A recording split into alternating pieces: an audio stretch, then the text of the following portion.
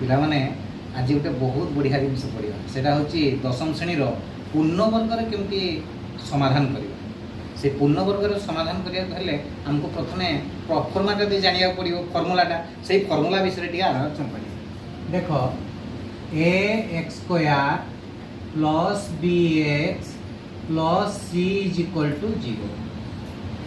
এইটু আমি দেখো খালি চিন্তা করতাম কোন কৌছি ax square plus bx plus c is equal to 0. That is implies that ax square plus bx is equal to minus c, কারণ এটা ধ্রুবক পদ। কোন বুঝি পাচ্ছ তো মু কোন কইলি সেইটা।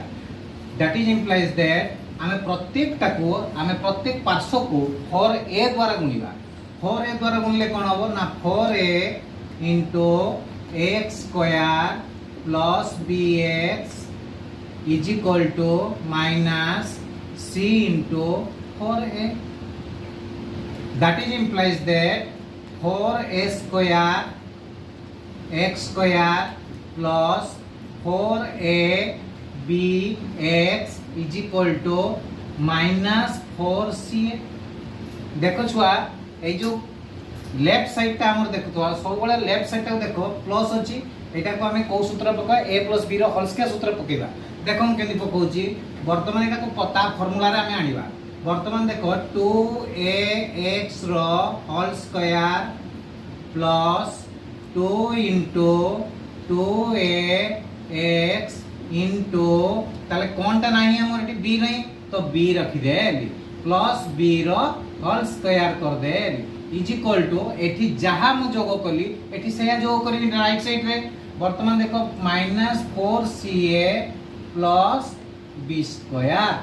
दैट इज इम्प्लाई एटा का फार्मूला आइ गला a square plus 2ab plus b square. ताले x प्लस b रो whole square is equal to एटा केते गला वा ना b square minus 4ac।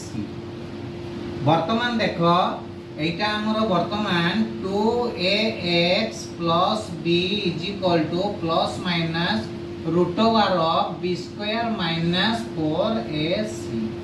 That is implies that এইটা আমি বাহার করিবা কেতে না 2ax is equal to minus b, এটা প্লাস থিলা ইয়ার পছি মাইনাস হই যাব তো minus b plus minus root over of b square minus 4ac.